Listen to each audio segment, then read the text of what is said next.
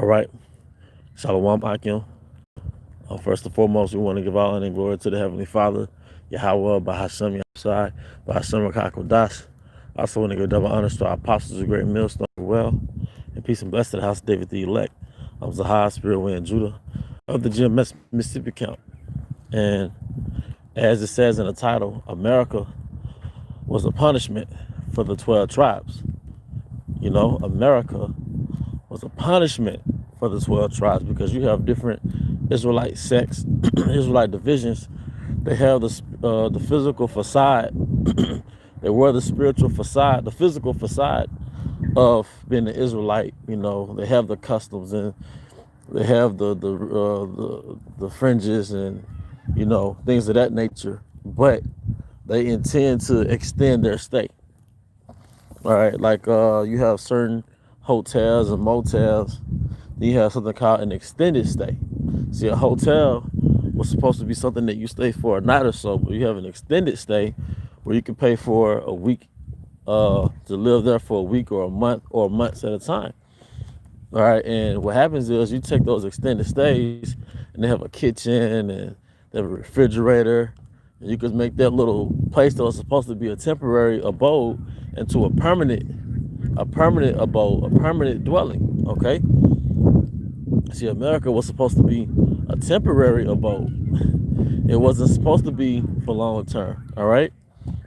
See, what happened is you got this place called America, and you're in another man's structure. You're in another man's kingdom, and you made a living in another man's kingdom, man.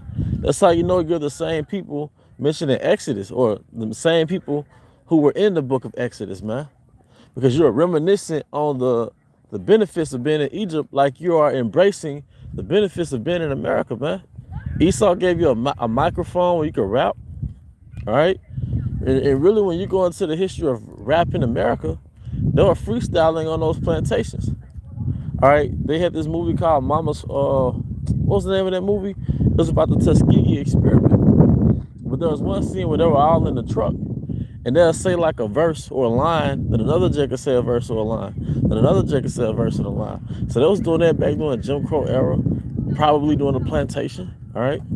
See, then you got something called the blues.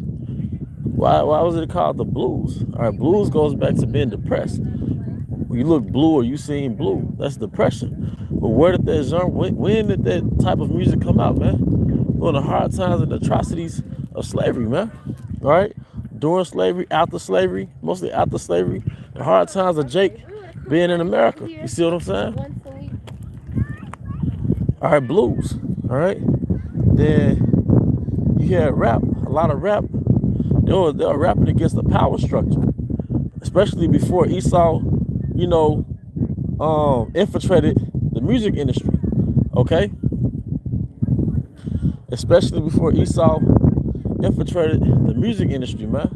So it was always dealing with the oppression of Esau. All right, but and I'm saying that to say a lot of Israelites, they become Israelites, so they convert to their nationality. All right. But then what happens? All right, you make a living and you plan to build in a place that was supposed to be a temporary abode, man. Music, most of Israel's history of music in America was a cry for slavery. It was a cry because of the oppression. Kumbaya, my Lord, kumbaya. All right, but that goes back to the Hebrew and it means come by here, or come by Yah. Come by Most High. Swing low, sweet chariot. All right. But a lot of those songs we started out singing on the plantation. So the history of Jake when it comes to music and customs and culture, it either goes back to us adapting in America or us crying aloud for the bitterness of this sore wound that the Most High has given us, man. This sore wound, which is the wound of an enemy. All right. So even when it goes back to the music industry, you go back to rap. All right, modern rap, man. What's the overall theme? I came from nothing, now I'm something, or now I'm somebody. Why were you nothing at first? Because of Esau. You were systematically oppressed. That's why you grew up in the hood. Because your forefathers were attacked by some of the covert operations through Esau. The private, how you say he attacks us poor in secret, man. Your dad was on crack, or he went to jail because he fell for the traps by Esau. All right, but you weren't supposed to make that more exciting than actually leaving America, man. Now the irony is, you talking your success as being financially blessed, and I'm not just talking about Jakes that know they're Israelites, but just Jake in period, man. Because we got to get this thing in context, man. We got to get this thing in context, and the context is, let me turn around. There's a lot of activity going on. I guess it's dog day. Bring up the dog, you know. But to give it a little context, man, Jake must have forgot we were only here for a punishment for the Most High. And the reason why I'm talking about music, because help for the music was a cry loud to the Most High to help us, man. It was either talking about Esau oppressing us or whatever, man. All right. Hey, Israelite energy, you don't mix nigga energy with Israelite energy, man. All right, you don't mix nigga energy with Israelite energy, and that's what you're doing when you bringing that black culture to this thing of ours, man. All right, and Jake have no frame of reference of what his nationality is if he turns on your platforms and see that you're on the same thing he was doing, so if you got on fringes. All right, you still want to grow your dreadlocks. A lot of you still want these sharp lines. All right, you got a marred beard. All right, if you do have a beard. I'm not talking about any particular sect, but a lot of you different Israelite groups, man. All right, and a lot of you look at us like we have no uniform, or we're bomb camps, man. All right, we're in the spirit, man. We embrace the spirit. The most important thing, the spirit comes before the culture. The spirit comes, and rapping is not of our culture anyway, man. That's not Israelite culture. That's plantation culture. That's a bullshit we picked up on the plantation, just like chitlins, all right? Just like, what else, man? Just like eating gizzards. Shit we picked up from oppression. We ain't had no choice, man. Jake always needed a voice, especially the Southern Kingdom. The Southern Kingdom always had a voice, man. So either the music was to complain about the plantation or to escape from the plantation. The best music came from, the 70s. What was happening during the 70s, man? That's when Esau was sneaking in his drugs, man. That's when Esau was treating us like shit. That's like how he is now. And it's no coincidence. It's no coincidence that the time where we're most entertained by music, Esau has the biggest attacks on us, the most dreadful attacks on us, man. Okay? So, like I said, man, the 12 tribes were here. America was here for the 12 tribes to serve slavery, man. We're not supposed to be building. It's a spiritual building, not a physical building. Esau, and you all know about Black Wall Street, but you act like you forgot what happened at the end of Black Wall Street. And this was some primitive post-slavery shit where they was dropping bombs on our people. Esau was not, listen, nigga, Esau was not going to sit here and let you build in his power structure, man. The key word, power. No man is going to let somebody that's in his domain get close to elevating towards him, man. All right? That's his fear, man. Why would he do that? And best believe, when y'all start making these concrete establishments, in the time of Jacob's trouble, there are going to be attacks on you. They're going to be straight up attacks as though you were in Baghdad somewhere, man. Literally bombing you, man. And you can't shoot an AR-15 at some drone or some aircraft that drops a bomb on you, man. You don't know how to counter airstrikes. All right? So, that is something that's on my spirit, man. We weren't here to build in America. That's why nothing fucking worked. Nothing worked. We had the Rosewood. We had the Durham, North Carolinas. We had the Black Wall Street. We had the Ferris Street here in Jackson, Mississippi. I didn't even realize until way after school, just me being in the truth, that one of the main streets, that's a ghost town now, was a capital street where all the Jakes owned businesses. It was a barbershop, a movie theater, and this is back, I want to say the 30s, 40s, 50s, where all the businesses on Ferris Street was so-called black owned, man. And I went to school 12 years and I ain't reading not one page about the city that I was in or we ran something. Because you niggas want to be here in America and you don't want to leave outside the paradigm of America, man. You still want to be a useless eater in America. And you want to eat off the delicate crumbs that Esau give you. Because you want what? You want those Federal Reserve notes, which are about to be obsolete and it's going to be digital. So in order for you to build, you're going to have to take the chip to plug you into the grid. Period. Once again, in order to build, you're going to have to take the chip to plug into the grid. The interconnection of things. Everything is going to be a computer. The cities are going to be smart cities. We're coming into the tech age. The digital era, the tech era. And in order to live in the tech era, in order to live in a digital city, you're going to have to be plugged into that digital city. All right, it's kind of like having a password and an ID when you go on the internet. The RFID chip is going to be a password and ID that plugs you into that smart city. All right? Because it's all about control. But the smart city is saying that you are a citizen. All right?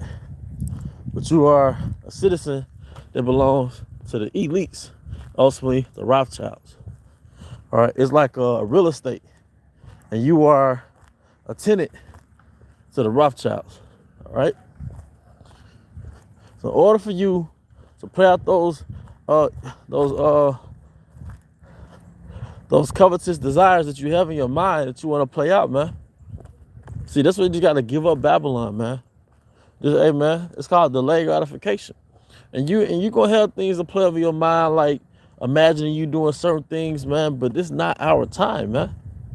We are very great people. If we were supposed to overtake Esau or be more successful as a collective than where we are now, it would have manifested already.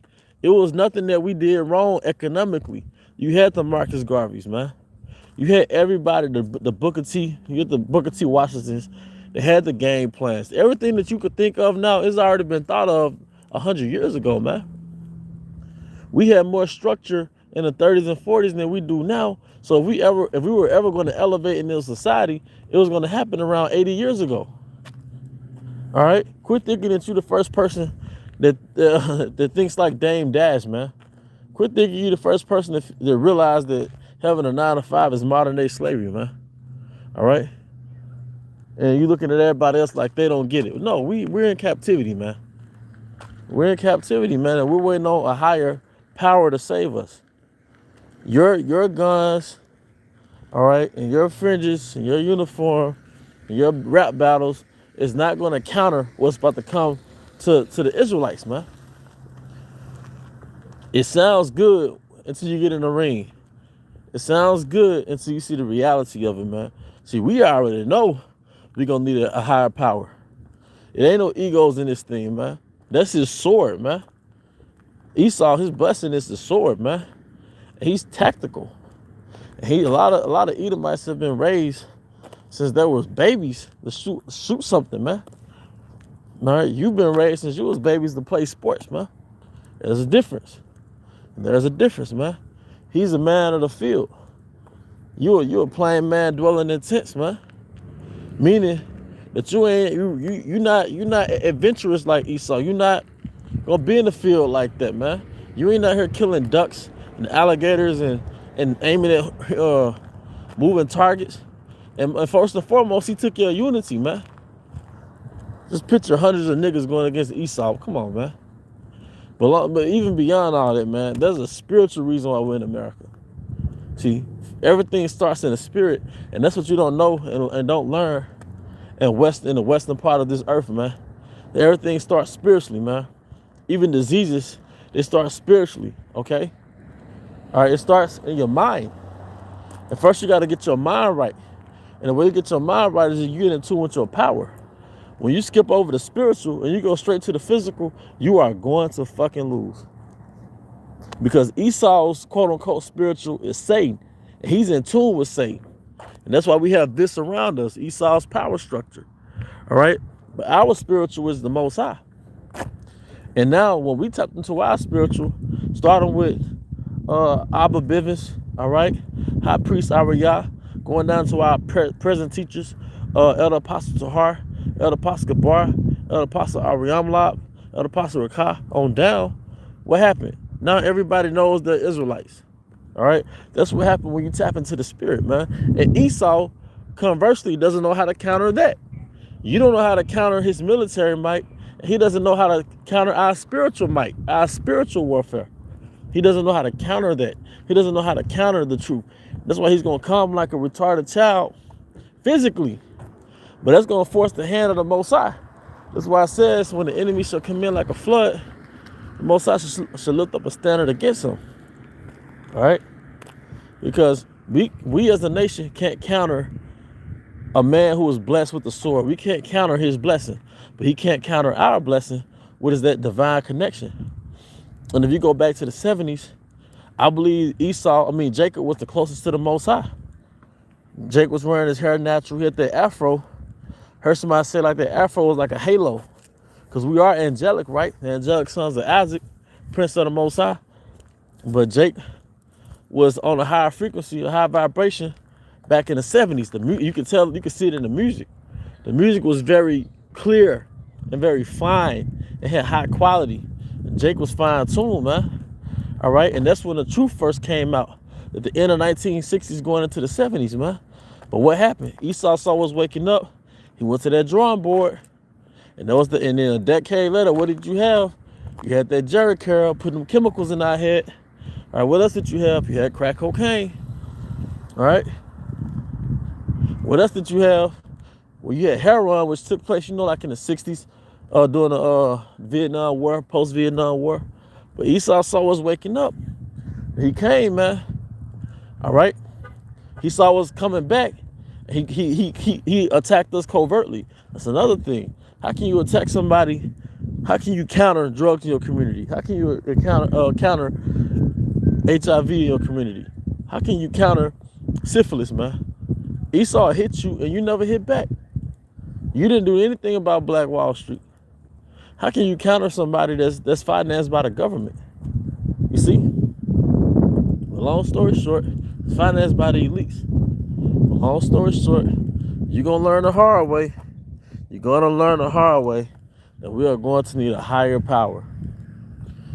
All right? All that gun and military might, and all the you flexing your military on YouTube, you jakes. All right? You're going to learn the hard way that you're going to need a higher power. That's why it says in their affliction, they should seek me early. Because you're going to be afflicted. That's why it's called the time of Jacob's trouble. All right? So with that, I hope you brothers are edified. Hey, once again, I want to give all honor and glory to the Heavenly Father, Yahweh, Bahashem, Yahweh Shai, Bahashem, Kakodash. Double honors once again to our apostles, the great millstone, rule well. And peace and blessings to the house of David the elect. Till the next time, Shalom.